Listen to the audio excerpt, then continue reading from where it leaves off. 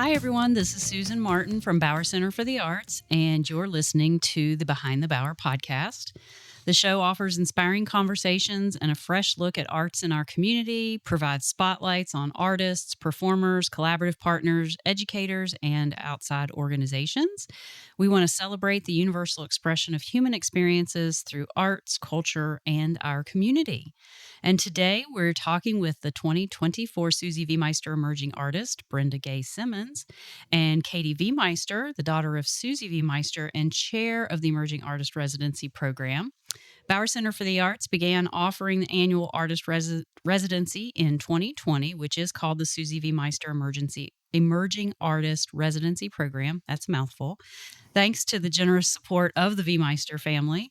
And it provides artists in our region the opportunity to further develop their artistic skills, some of the business behind the art, and then all the while being supported by the creative environment and mentors and other artists that have studios in the Bauer Center, and then just overall in general participation with Bauer Center exhibits. So we have heard from both of our guests today, Brenda and Katie, at the beginning of your residency. So I want to welcome you both back to the show. Thank you. Thank you. Yeah, awesome. So we're just going to start by having you both kind of reintroduce yourselves, and then we'll talk more about, Brenda, your experience this year as the emerging artist. And then Katie will talk a little bit more about how our listeners can, if they're interested, apply for the 2025 Emerging Artist Residency. So Brenda, let's start with you. Just reintroduce yourself to our listeners. Well, hello, listeners.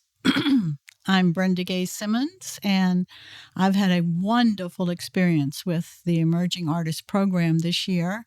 I've had tremendous amount of help from various artists that are at the Bauer Center. Every time I go in and ask a question, they always either have an answer or will find an answer. Even one time I was invited to the artist's home where we did a one-on-one kind of a painting workshop lesson, and that was really nice. Awesome. So tell our guests a little bit about just your background and how you became involved in the arts. In the beginning of time, Well, I've always been interested in art and dabbled here and there, and then didn't have time as I grew my family. Mm-hmm. But once the family was up and gone, I kind of got back into it and painted a little bit more with acrylics and then watercolor. And then I got into other mediums. Mm-hmm. And now, as you know, I paint with coffee. Right. Which is the mainstay of the show that is at the Bauer Center is some paintings with coffee. And that's pretty cool. I like the watermarks that the coffee leaves as it dries, and sometimes I'll mix in a stain or tea or even some watercolor to give it color. Right.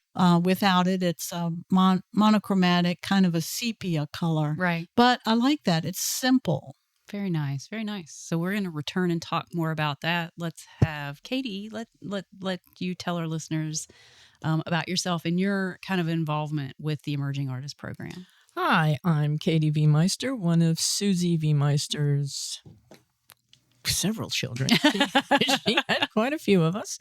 Anyway, I am involved with the Emerging Artist Program and was part of the family group putting it together. What else? Tell us just quickly, our listeners that aren't familiar with the program,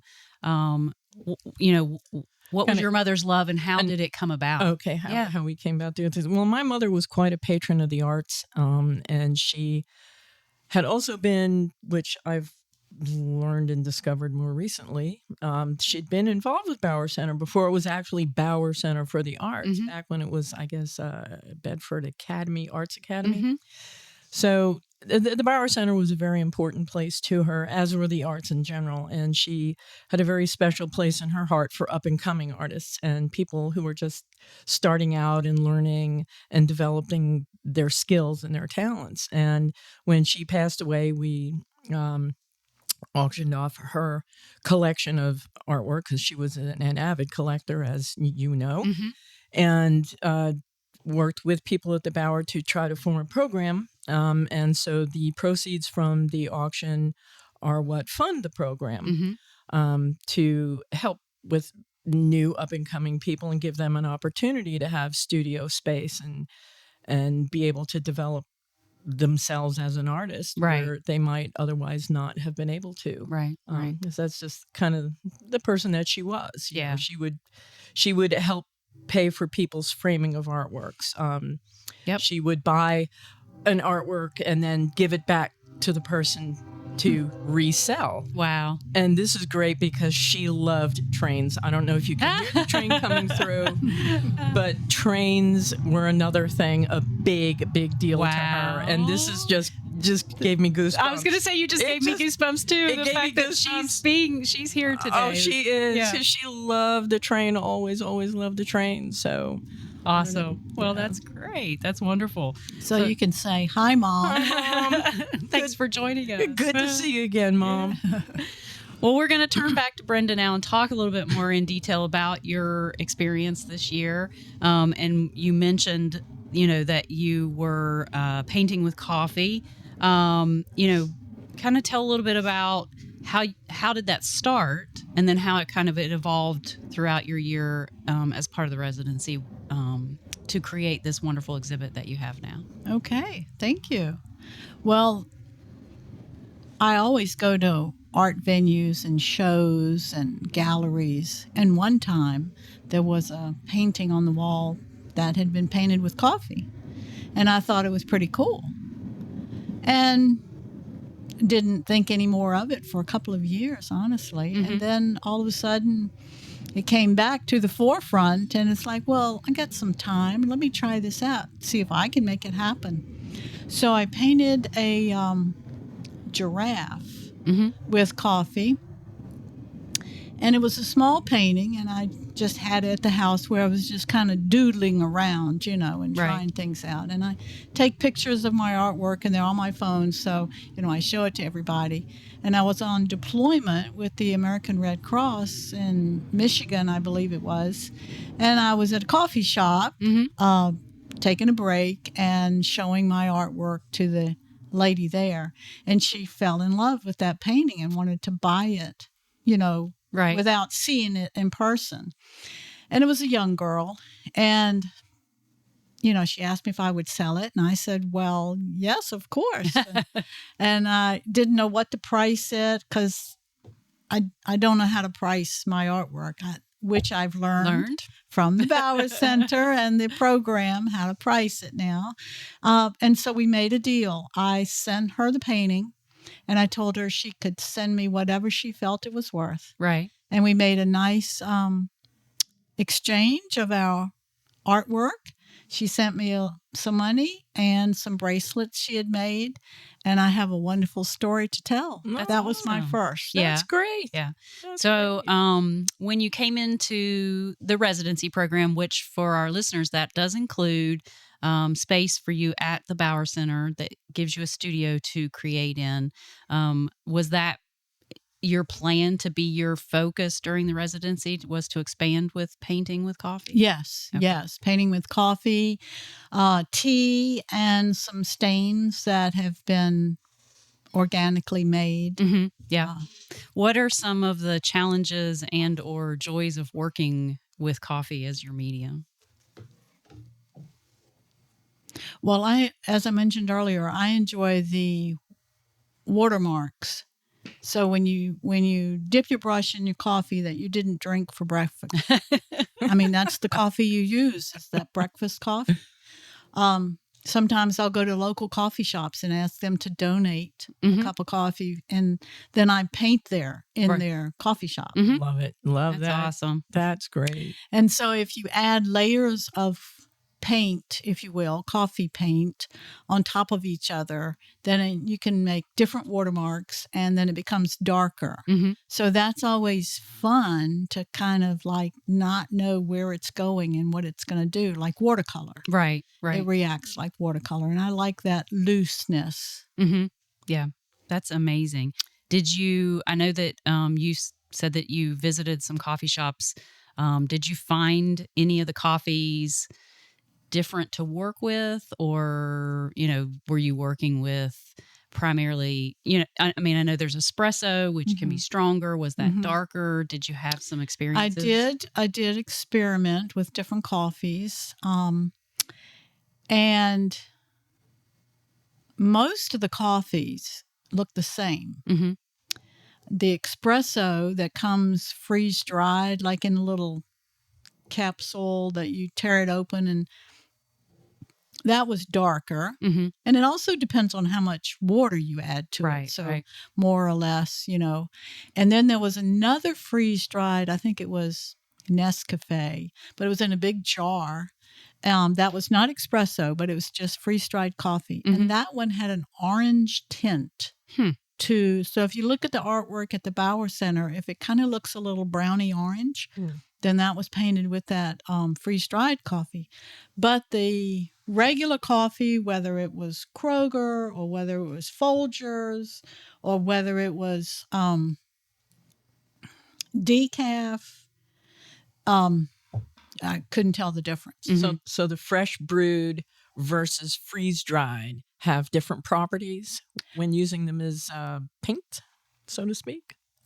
Well, you can control the amount of water that you put, so that strength can vary. I mean, you can do that with the regular coffee too, but the freeze dried, you can definitely. I mean, you could just stick your wet paintbrush right into the crystals of coffee, and that would be so intense. And I tried that one time. I tried the coffee grounds onto the wet paper, as you can do with salt. If you're a painter, you know what I mean. You put the salt on and they make really a neat little effect. starburst. Yeah. And I thought, well, maybe coffee will do that too, but it didn't. Right. I know I've seen some artists that do use coffee to dye paper or fabrics before they use it to create on. Did you do any of that? I didn't dye any fabrics. No, I did. I did cover some newspaper with coffee that I was going to experiment with later, but I haven't gotten back to it. Okay. Yeah. So tell the listeners a little bit about any what they can expect in the exhibit. Are there any specific themes? What did you create during your residency? What can they expect when they come to see the exhibit? So the theme is coffee painting. Right. And the title is Coffee. Paint with it or drink it. You could do both. You can actually put your paintbrush in your drink while you're drinking it. There you go. Use it as a stirrer. People would think you're crazy, but it always gets a wonderful reaction when I tell people I'm painting with coffee. And they'll go, What did you say, coffee? Yeah. What I'm drinking always gets a reaction. So I love to see that. So the paintings that I've done for the show that are currently up, I would say more than half of them, of the 41, are painted with coffee. After a while, I sort of got tired of the monochromatic sepia color, and I added color to it with watercolor color. But then after a while, it's like, okay, I need a break. And I would paint with acrylics or paint on slate or something different, which was shadow art. And they're very simple drawings, the shadow art. There are even a couple of paintings where I've done the same picture, one with watercolor color, not coffee, and one with acrylic. And you can then compare what a picture looks like in the two different mediums. Right. So that's interesting too, to do it one way and then do it a different way. Right. So tell us a little bit about any memorable moments or breakthroughs during your residency. What did you enjoy most about the opportunity? I think I enjoyed meeting with the different people, Mm-hmm. The artists, and even a lot of people that come through the Bauer Center and look at the art on the walls are artists also. Right. You just can't tell. Right. Yeah. And so in talking with them, they will say, oh, I like this one. And I'll say, why do you like it? What draws you to that one? And then they'll tell me, their point of view. And I learn from that. Right. Right. Yeah. Yeah. About how often or how many hours would you say that you spent working in your studio and being involved? It did vary from week to week, of course. In the beginning, when I knew I had so many paintings to do, I tried to come in at least 3 times a week. I also have availability to paint at home. So sometimes I would paint at home and then not come in quite as often. Right. And then when I got all my paintings done, and my husband is the mastermind of all the frames, we were like, we need to take a break now and de-stress from, what you had to do. Right. Because once you got it done, you were on target. Right, right. And for our listeners that may not have heard our earlier discussion in the year, the residency program does end with a solo exhibit for the artist that's participating, which is what you have been preparing for. And you've talked a little bit about that and that kind of sigh of relief. But did you find that you were anxious or worrying about would I have enough work to show? Yes. Did that? Yes, I was definitely stressed out about. Well, we didn't want you to feel that way. That's not the idea. No. The big walls, and I counted spaces, and it was like, oh Lord, I've got to do 40 paintings in order to cover it, and then the outside hallway too. So it's like I better get cracking. It was for me. It was. Well, we would have been happy had there been 10 works of art or 100. That's the whole purpose was just to kind of give you that experience. And, and I learned, if I can say this, I learned a lot about how to prepare to hang your paintings and price your artwork. I didn't know anything about pricing artwork or hanging and what you consider right when you hang. Yeah. You don't just knock a nail in the wall and hang it up. Right. Yeah, it's a lot different than just putting artwork up in your home. Yeah, I didn't realize it was so much to it. Yeah, so I look at it differently now when I look at other people's artwork. It's like, wow. I was going to say, you've probably learned a little bit about how to exhibit artwork and what goes into exhibiting your work, even if as many people will enter things into shows, they don't always necessarily know exactly what goes into preparing that exhibit. So now you've had that opportunity to see the walls. A lot of hard work. And how are we going to configure this? Oh my gosh. Yeah. And I think it's wonderful for you that your husband has done the framing for you, because that is a very big deal. Yeah. And that's a very big thing. And he's done a good job, by the way. Those are nice frames he's made. Thank you. Thank you, welcome. Peter. Yeah, it's beautiful, and it's very nice that your exhibit includes both you and your husband's artistic talents, and showcases those as well, which I think. So it's like a buy one get one free. There you go. We're a BOGO. Yeah. He better be prepared. He may have people that want to now start having him make frames for them. He has been approached. I bet. from other people to make frames. Well, you make a good team. Yeah. Thank you. As we're kind of coming to the end of our podcast, is there any advice that you would give to other artists out there that may be considering applying for the Emerging Artist Residency? Well, I have a couple of friends that are interested in applying, and they may have applied, and they talked to me about the program and they had a couple of questions about, they weren't really sure if they would meet all the ramifications of the qualifications. Right. And I said, just apply. Right. Just fill out the application. That's just exactly apply. right. Because you don't know who your competition is. No, Right. you don't. No. And they might have issues also, that same issues you have. Right. And I think they would, in the end, if they didn't, they could go down the road and go, gee, I should have applied. Yeah, it's better exactly. to just apply Yeah. and just try it. see what happens. Right. Exactly. You don't know, sometimes something else can develop. I mean, you might call them in for the interview. They might not get, only one person gets it, but Right. something else may develop. Right. Yeah. As a result of it, they may meet somebody at that interview that can take them a step further somewhere else or Right. guide them or direct them in, So my advice Yeah. to them was to Do just it. go ahead and do it. Yeah. Just apply. Yeah. Yeah. That's great. It doesn't cost anything. Well, that's a great Apply. segue too over to Katie. What are there anything or qualities that you feel like the committee looks for in the artists that are applying, or any specific achievements or anything to that respect, if anyone's listening and thinking of applying?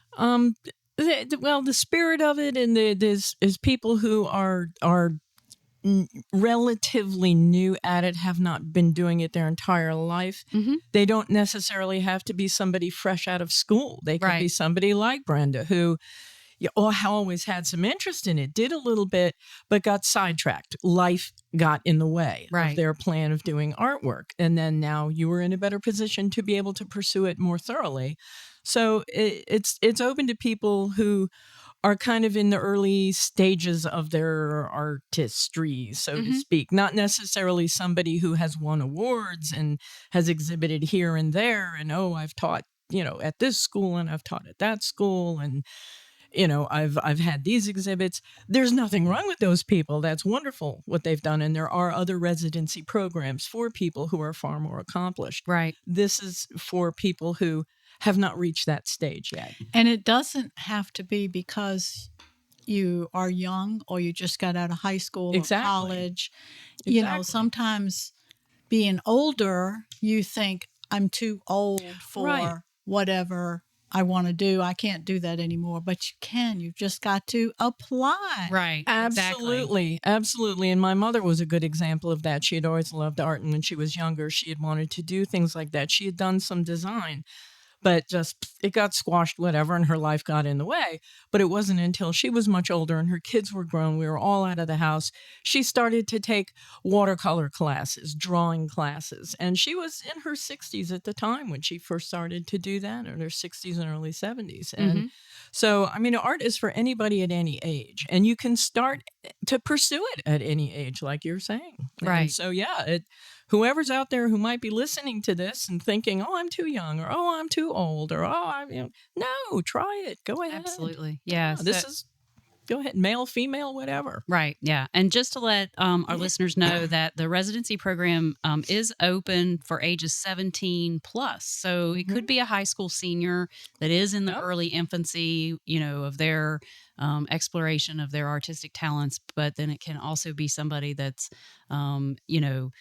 put it on the back burner for several years and come back to it. One of the main requirements is that, we are just looking for somebody that hasn't shown in, formal exhibitions in the past, that they're just exploring the opportunities that they have with their art. And, we've had 4 emerging artists now, and they've all 4 been very different. I mean, we had, it's been amazing. Yep. We've had individuals who, work full-time in full-time jobs, and the art is their release, but also is just their passion and their love. We've had some that are young, that are truly were focused and trying to get their art off the ground and make that their life. I mean, so it's just been wonderful what we've seen so far, and I'm really excited, about the potential of what's coming for 2025. Yeah. Well, I really appreciate you ladies joining me today. As we're wrapping up, I want to remind everybody that the reception is Friday, December 13th. For both your exhibit, and we have another solo exhibit taking place at the same time in our Broughton Gallery. So both of those will be available for viewing during the reception, which is from 5 to 7 on Friday, December 13th. And both artists will give a little gallery talk. And we're really excited Brenda, because you mentioned that you're also going to have some opportunities for individuals to actually play around with painting with the coffee during the reception. It'd be a So, little demo setup. Yeah, Yes. that's awesome. I think- Hands-on. I think That's a great idea. Yeah. Great and maybe we'll idea. serve some coffee as part of the Oh, refreshment. right. There you go. Right. How's that? And So- we can paint with that coffee. That's right. You That's can right. drink the materials. Yeah, there you go. So we want to encourage everybody to come to the reception. It's open to the public. Our gallery hours to see the exhibits, you can come in Tuesday through Saturday from 11 a.m. to 3 p.m. So please come by and see the exhibits at any point in time. And also the Emerging Artist Residency Program for the 2025 Emerging Artists. The application process is open. You can access the information and application on our website, bowercenter.org. The residency program is underneath our exhibitions tab, so go there.